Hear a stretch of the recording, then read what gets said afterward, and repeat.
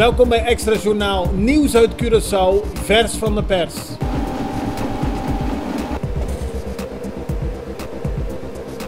En dit is het nieuws van vandaag.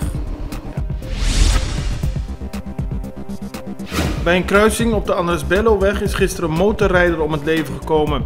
Een bestuurder in een zwarte pick-up reed de motorrijder aan en reed daarna zelf door. De motorrijder bleef zwaargewond achter. Ambulancepersoneel probeerde de man nog te redden, maar hij overleed ter plaatse. De politie wist later op de avond de bestuurder van de zwarte pick-up aan te houden. Het is het eerste dodelijke verkeersslachtoffer van Curaçao in 2019. Het project om meer veiligheidscamera's op Curaçao te installeren gaat gewoon door. Nu wordt bij Scheidelaar gewerkt om te zorgen dat er meer veiligheidscamera's er kunnen worden geïnstalleerd. Op die manier kan de politie zorgen dat er meer gekeken wordt naar mogelijke criminele activiteiten. Maar ook kan het voor materiaal zorgen als er iets gebeurd is om via video te kijken wie ervoor verantwoordelijk is. Volgens minister van Onderwijs en Sport Merlin Alcala-Wallé is er 1,2 miljoen gulden beschikbaar voor sporters die in het buitenland aan competities mee willen doen. Op die manier wil ze zorgen dat het sportniveau op Curaçao hoog blijft.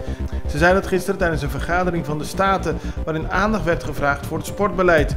Chibi Ron van MFK benadrukte dat er bijna 40 sportvelden op Curaçao in zeer slechte toestand zich bevinden. Hij benadrukte dat we ook moeten kijken hoe we dat kunnen verbeteren zodat de jongeren op Curaçao gewoon kunnen sporten. De familie Greenstein uit Curaçao staat momenteel in Nederland terecht voor de zaken Troja en Symbol. Het is een langlopende zaak, onder meer vanwege het witwassen van gelden en ook het omwisselen van dollars. Hierbij zouden miljoenen guldens gemoeid zijn. De KPMG heeft volgens het Openbaar Ministerie op Curaçao hierin een bedenkelijke rol gespeeld. Vandaar heeft het Openbaar Ministerie een boete opgelegd aan KPMG van 250.000 gulden. 175.000 gulden is voorwaardelijk. Dat betekent dat KPMG akkoord is gegaan met de betaling van 75.000 gulden.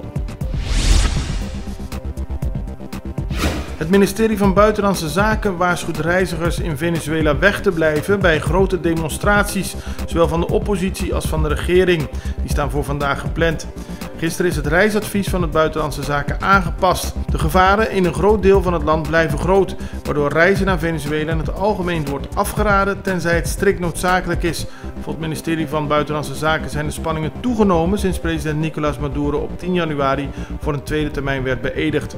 Niet alleen zijn er demonstraties die tot geweld en wegblokkades kunnen leiden, ook is de situatie in het grensgebied met Colombia en Brazilië verergerd door de aanwezigheid van gewapende bendes, aldus het ministerie. De situatie in Venezuela loopt op omdat betogers niet alleen tegen de regering protesteren, maar ook op sommige plaatsen beelden van Hugo Chavez in de brand zouden hebben gestoken. Het is moeilijk om correcte informatie uit Venezuela te krijgen, maar verschillende buitenlandse media melden dat de oppositie steeds meer op straat aanwezig is in steeds grotere getalen en het aftreden van Maduro eist. De directeur van Cardiff City maakt zich ernstige zorgen over de vermissing van Emiliano Sala.